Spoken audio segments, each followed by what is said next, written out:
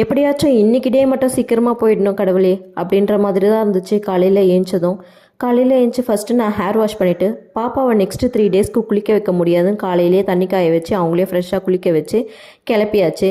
பக்கத்தில் இருந்த பால்வாடிக்கு தான் போயிருந்தோம் பாப்பாவுக்கு 3ஆம் மாதம் தடுப்பூசி போடுறதுக்காக. இப்போல்லாம் தடுப்பூசி போடணும்லான்னு பயமாக தான் இருக்குது. ஆனால் என்ன பண்ணுறது, போட்டு தான் ஆகணும்.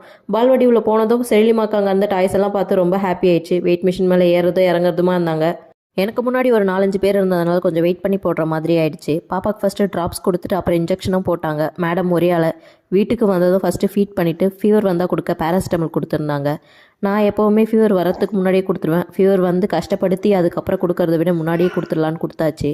கொஞ்ச நேரத்துலேயே ரொம்ப அழ ஆரம்பிச்சிட்டாங்க. என்ன பண்ணாலும் அலையை நிறுத்தவே இல்லை. நிற்கிறேன், நடக்கிறேன், உட்காடுறேன், ஒன்றும் முடியல. இன்ஜெக்ஷன் போட்ட இடம் வீங்காமல் இருக்கிறதுக்காக காட்டன் கிளாத்தில் ஐஸ் க்யூப் வச்சு நல்லா ஒத்தனமும் கொடுத்தாச்சு.